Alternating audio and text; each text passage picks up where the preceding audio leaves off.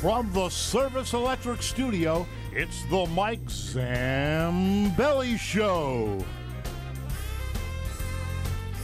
Since the reboot of the program in 2003, the Muhlenberg Lacrosse program has had one winning season. With a victory here in 2018, they would make it number 2 as they rewrite the record book. We'll be talking Muhlenberg Lacrosse on this week's show, but first, here's this week's edition of I've Got News. Start with baseball, a warming thought on these cold days. Phillies came out swinging Saturday evening. They put up 2 grand slams and a total of 20 runs against the Florida Marlins. Supposed to be May when the hitting season starts. Jake Thompson recorded a 3-inning save. Can you believe that? Getting a save with a 19-run victory. How does that work out? Next day was the debut of their new ace, Jake Arrieta, as he's outstanding. He outstanding wasn't spectacular, resulting in a Phillies loss. But last night, former Iron Pig Nick Williams has an 8th-inning pinch hit home run to win the game for the Fightin' Phils, putting their record now at 4-5. Let's hope the boys can continue to fight through their way through the National League East. Staying in Philadelphia, the Sixers, boy, what a story they are. They are finally making their fans happy that they have ever trusted the process after matching a franchise record 14 straight victories and already netting 50 wins in a season with 2 games to go. The Philadelphia 76ers are grabbing headlines as their star rookie adds to his award. Sixer Ben Simmons earned his first ever Eastern Conference POW, Player of the Week. Honors games played the April 2nd through the 8th. Simmons led the Sixers to a 4-0 mark with wins over Brooklyn, Detroit, Cleveland. Yes, Cleveland at home and Dallas. He averaged 18.5 points, 10 rebounds, and 8.8 assists for the week while shooting 70.2% from the field. Unbelievable number. 70% and change from the field goal was the highest of any player who attempted at least 40 field goals between April 2nd through the 8th. The city of Philadelphia is on fire, isn't it? And finally, this little guy is a caramel squirrel. He had his front limbs caught in a trap and had to have them amputated. Although squirrels without all their limbs have a slim chance of survival in the wild, Caramel is getting a hand from a group of animal lovers, scientists at Istanbul at a university. Orthopedists at the university built Caramel a set of prosthetic wheels to replace his missing front paws. What a heartwarming story this is. Although he is still just adjusting to his new life, the doctors who operated on him say he has now recovered and is able to feed himself. Animal lovers will like that one for sure. We are going to step aside. As I mentioned, Muhlenberg Lacrosse, our topic here tonight. We'll have a visit with head coach Jake Plunket and a couple of his star players. Stay with us.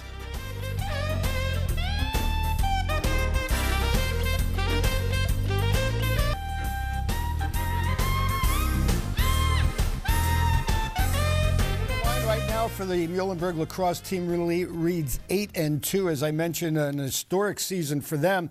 Next goal, perhaps, to win a game in the Centennial Conference. That hasn't happened for this group of 5 seniors. Let's welcome in head coach Jake Plunket and Alex Giaquinto. Gentlemen, good morning to both of you. Great to have you here. Thanks for having us. Coach, start with you. 8-2. Did you expect this or see this happening for this program?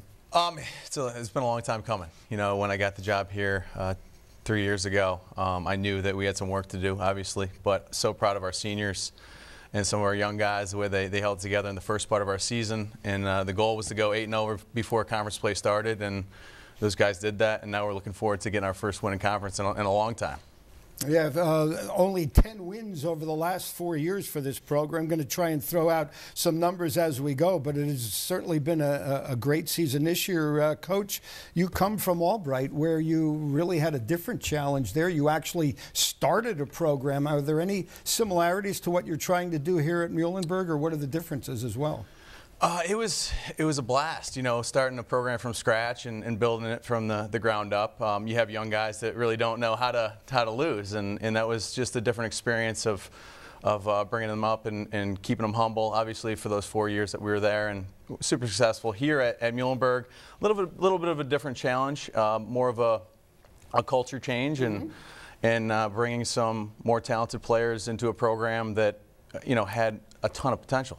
You know, being such a high academic institution in the Centennial, you're able to recruit from some nationally touted traditional lacrosse powerhouses. So we're excited about the first 2 recruiting classes that we had here at Muhlenberg, and some great young players that are competing at a high level, like Alex and a few of his teammates, and then having some leadership with some seniors and some juniors. It's been a great experience so far. Yeah, it always takes that level across the board. Let's go back to Albright for a moment. 4 years, 57-17, and won a championship there. Were you surprised with the level of success you were able to have in 4 short years, startup program?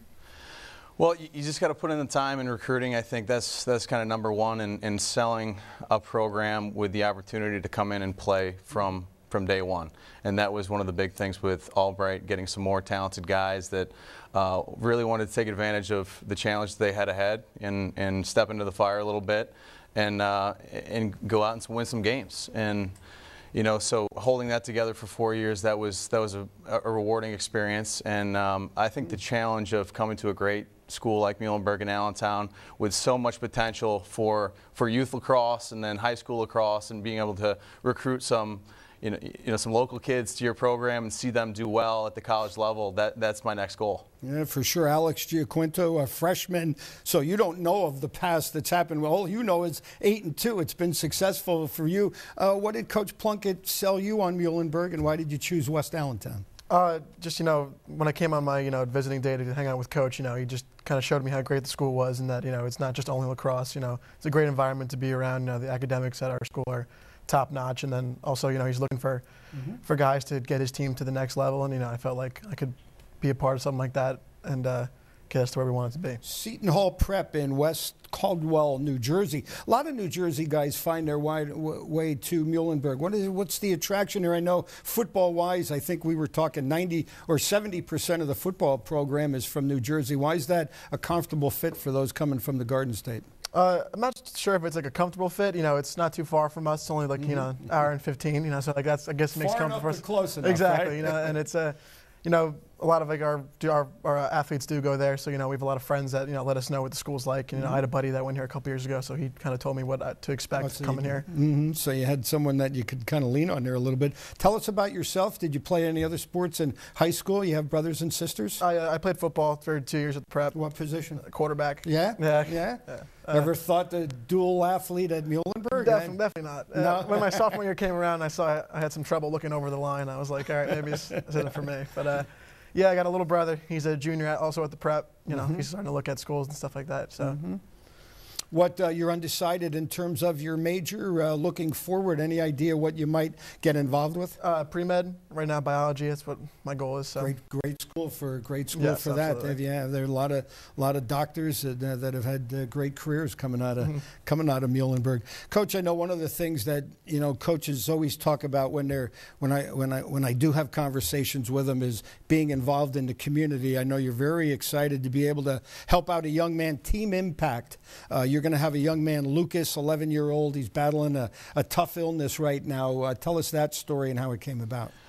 Well, Team Impact approached us and asked us if we were willing to help out, and obviously it's such a great opportunity for us. Not just Lucas. I think it's a great experience for him to hang out with some of our guys and be a part of our Muhlenberg lacrosse family. But I think a great experience for our guys too to realize how good we do have it. And so being with Lucas on Saturday for our home game against McDaniel is going to be great. Meeting him for the first time and having him see that environment on the lacrosse field is going to be so great, having that relationship for the next 3 seasons. It's a 3-season commitment, and we love it, and we hope that relationship continues on for years to come. So we're happy about that. Yeah, Alex, you're nodding in approval there.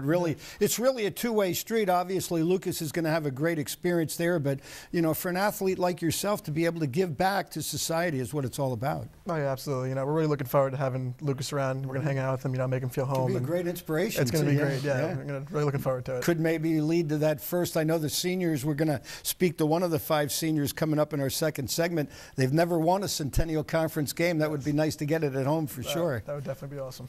Coach, you have a great pedigree in the game. Graduate of Syracuse 2006, a 2 times NCAA champion. You played this sport on a professional level as well. This is and really this is by numbers by the National Federation of High School Sports, the fastest growing team sport in the country. What's the attraction right now at lacrosse?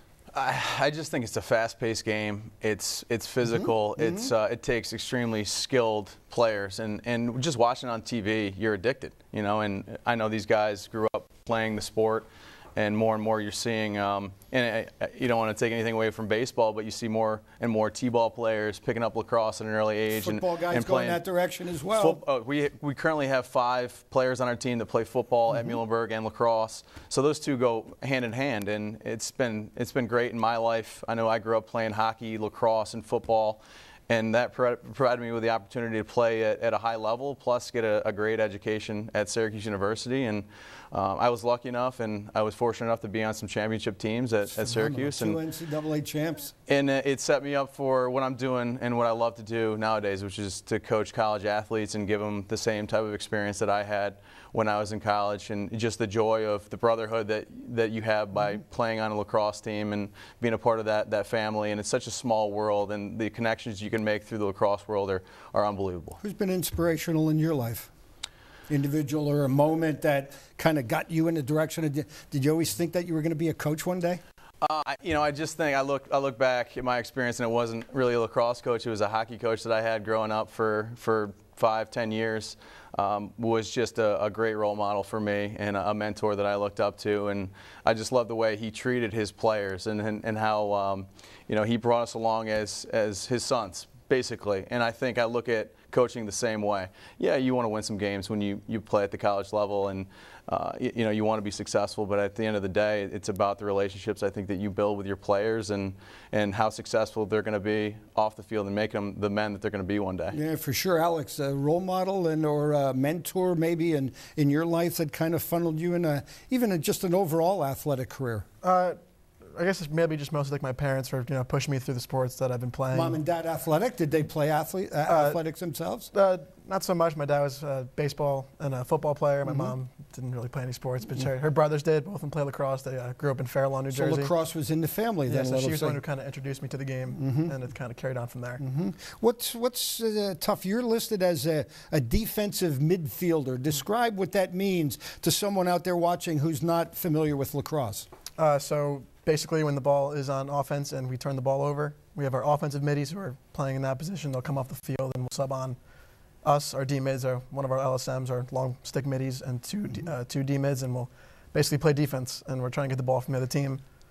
One of the things in my research here for today was long stick or short stick, and there's what's the difference, and why would you use a long stick as compared to a shorter one? Well, we have our 3 defenders who use the long stick, and it's like, I guess, kind of more of an advantage for them on defense to be able to use that stick for types of takeaways and creating separation between them and the people that are dodging, attacking them. Yeah. And for us shorties, it's a little, it's harder. To be a little more athletic, a little tougher with the guys running around the field with them. We're being dodged on more compared to the long stick guys. So yeah, Coach. I mean, the rules really pretty basic and pretty similar. Can you compare lacrosse to any other sport? Like, I know basketball, soccer, both will have like give and goes. You set a screen. Are the same kind of theories there involved with lacrosse? Well, I think it's very similar to basketball with the amount of picks that you have, and it's guys are playing offense and defense constantly throughout the game, and you see in basketball you have big men that are matched up together, and usually in lacrosse you have attackmen and defenders, and you have middies versus middies in those particular situations, and we're only allowed to have 4 long poles on a field at once, and long poles are usually your better takeaway guys, your defenders, guys that the other team doesn't necessarily want to dodge, and Alex plays, in my opinion, one of the toughest roles, and that's the exact role I played when I was at Syracuse as defensive midi. It's usually your better athletes on the field that you can put on any of their dodging midfielders, and you expect them to be able to stop those guys from going to the cage and scoring goals. Plus, when you do get the ball, Alex is able to get the ball up the field, and he has offensive skills to be able to score goals in transition too, which is so beneficial in our game today, is playing fast and scoring goals. Yeah, some of the simpler things, the 10 players, it's a 10-on-10 game. You have, 3 attackmen, 3 midfielders, 3 defensemen, and a goalie out there at one time. Now, you can only have X amount of players in the offensive zone or past midcourt or midfield, I should say. How does that work out? Yeah, you can only have 6 offensive players in the offensive zone, and you're allowed to have 7, basically including your goalie in the defensive end of the field. So what he was talking about, versus 7 offensive attack. Right, and your goalie's in the cage, protecting the cage, a 6x6 cage. But you can sub on offensive players, guys that are better at scoring goals and dodging, and then you can sub on defensive players at the other end of the field as well to prevent the other team from scoring. So there's a little bit of strategy involved there and getting guys to be able to sub off the field and not giving up any opportunities for the other team to score. So a lot of good opportunities, and it's a fun game to watch. Yeah, really not a hard game to understand when you just learn a couple of simple rules. Coach, we're running out of time in this segment. I do want to ask you, you only have 5 seniors on this group. We're going to hear from Joey Hess and junior Steve Chenworth in our next group. What has this senior class meant to you personally as a head coach, and what legacy do they leave at Muhlenberg? I love the senior class. Love them. They basically lived through the same thing that I've lived through the last couple of years, which is going 0 in the Centennial Conference, which is one of the best conferences nationally every year. And they've worked extremely hard to get to this point. Some of the kids in their class have stepped away from our program, and I feel like they've had the desire to battle through and battle through the adversity and finally put together a win in conference after all this time. So I'm really looking forward to that opportunity for them to accomplish that goal they've set early on and make it happen. Yeah, for sure, Alex. And as a freshman, you're going to try and make that happen with him as well. Alex Giaquinto, head coach Jake Plunket, thank you for taking the time. When we return, we'll continue to talk about Muhlenberg Lacrosse. We'll welcome in, as I mentioned, Joey Hess, Steve Chenworth, 2 of the upperclassmen who will try and keep this program moving in the right direction. Stay with us.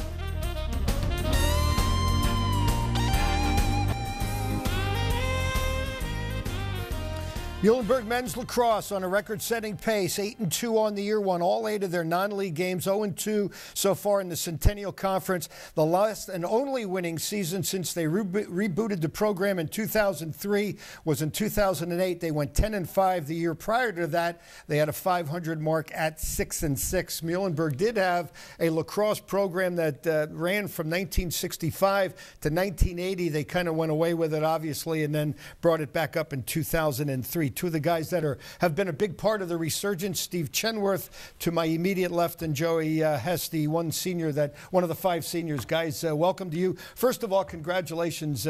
Steve, let me start with you. You come from a prolific program at Parkland High School. What has it meant to you to help Muhlenberg surge into this 8-2 year in the start of this season? Yeah, coming from Parkland, you didn't really hear about Muhlenberg lacrosse very much. So it's definitely a good look getting Muhlenberg some recognition to try and get some local Lehigh Valley guys, oriented into Muhlenberg lacrosse. You really were kind of the part. Well, your dad, Jeff, was a head coach at Parkland and very instrumental in their youth programs and really trying to introduce this program to the Lehigh Valley. When you look around now and you look at the Southern Lehighs, the Emmaus's, the Central Catholics, the Parkland, there's really Easton is getting a lot better in the sport as well. Why has lacrosse been such an attractive to the high school area here in the Lehigh Valley? I think we have a lot of great athletes in the Lehigh Valley, and I think it's definitely a strong football area. And some of the athletes that are football players, they're looking for fast-paced collision sports that are exciting and fun to play. And I think that that's something that lacrosse really brings to the table. It's fast-paced, it's fun to watch, fun to play. So I think that's the reason that lacrosse has really started to take off in the Lehigh Valley. You left Parkland, you went to Mary Washington for 1 semester. Pleased with the decision to go to West Allentown? Yeah, I'm definitely pleased on the decision. Closer to home, it's a great school. And I just love the team here, love the guys. Yeah, Joey Hess, I mentioned just 5 seniors. Palmyra High School, congratulations to you on a great. What's it meant to you? I mean, mention only 8 wins over the last 3 years, 10 even prior to that through 4 years. What's been different this season? I would say we've just got a lot of younger guys, the freshmen last year who are now sophomores. They have a full year of experience under their belts, and then a strong freshman class again this year who has some really talented players, some guys who can compete, and then some upperclassmen who have been playing in this conference for the past 3-4 years now who know what to expect and know the type of work that needs to be put in. Yeah, breakdown of the roster right now, 22 seniors, 14 sophomores, 4 juniors, and just the 5 seniors. As a senior, I know you helped to recruit some of these freshmen coming in. What was your message to them about #1 Muhlenberg College and their lacrosse program? I think the message is just, the opportunity that you have at Muhlenberg. It's a great school academically, and then at the same time you're competing in the Centennial Conference, which is one of the best conferences in Division III lacrosse every single year. So you have an opportunity to come in and play against some of the top talent in the nation every single year. Have to be licking your chops. You have Swarthmore this week, and then McDaniel, and as I mentioned, the seniors have not won. You mentioned the Centennial Conference is very good in this sport. You have to feel like these are two winnable matches coming up, starting, first of all, Wednesday night with Swarthmore. Yeah, definitely. We feel like this is a huge opportunity for us. We've had a lot of momentum, obviously, going into the conference, and then we had 2 disappointing losses, but we've put in a lot of work in the past week to hopefully bounce back and finally get that win under our belt for this senior class. Yeah, I want to congratulate you as a student over there at Muhlenberg. You are a member of the Muhlenberg Scholars Program. Talk about what that what that means to get in there, and what it means then as you move on in your academic career at Muhlenberg. Yeah, so the Muhlenberg Scholar Program is a program that you apply to. It's an honors program that you apply to as you're coming into school, and it's just kind of a program that's designed to have you take some classes across all disciplines that are kind of at a higher level, get you thinking a little bit more. So that's been pretty interesting. Yeah, what's the class size for you like in those types of classes? Well, so some of them are usually just higher level general education classes. So there'll still be some students from other majors mixed in and stuff, not people within the program, but class size at Muhlenberg in general is around 20-25 students. Nice. So do you like that relationship? Definitely, yeah. You get to know your professors very well. You get to know your other classmates very well. So I think that's cool. Rumor has it you're kind of the guy that the lacrosse program goes to when they have a question about some things. Yeah. I'm a financial accounting tutor, so I've helped out. I've helped a lot of guys out on the team. Where would you like to take it? You interned where last year at Price Waterhouse? That had to be a great experience. Yeah, that was awesome. Obviously, finally getting to put what I learned in the classroom to real world practice, and I actually received an offer, full-time offer from them for next year, so I'll be in Philadelphia with them. Congratulations, good for you. It's nice to know where it's all going to take you. It's definitely a relief for sure. Yeah, Steve, did you ever seek him out when you had a problem in any of the? Yeah, definitely. Him and some of the other seniors are great to go to anytime I need help with pretty much any type of business class or finance class. They know exactly what they're doing, and they help a lot of people out on the team. Share with us something about Muhlenberg lacrosse that maybe our viewer out there might not know about. I mean, I know that coaches and players always talk about a brotherhood, a community, a get-together. And what's special about being an athlete and being a part of this program right now? I think what's special about our program right now is that a lot of the kids that came into the program knew what they're getting themselves into. They knew that the Centennial Conference is one of the toughest conferences. But you could be part of something special then as well. Exactly. And they knew that they had the chance to contribute early and to really build something and to change the culture. And I think that's the biggest thing with our team that makes us so tight, is that everybody on the team right now is bought into the culture change, and they're bought into taking this program to become one of the more competitive teams in the Centennial Conference. Coach Plunkett, I mentioned in the first segment, 2-time NCAA champion, also had success on the professional level as well. Describe him as a head coach. What do you like about playing for him? He's a great leader, and he's a great guy off the field too. He really inspires us to play hard in practice. He's fun to play for. He keeps everything energetic, keeps things moving, and keeps it interesting. 2 semesters of Chinese. How did this come? He doesn't help you with that class, does he? How did this come about, and where do you, what's the thinking there? Well, do they have lacrosse over there in China? I'm not sure. They probably have a little bit, but Muhlenberg's a school where you can do a lot of different things.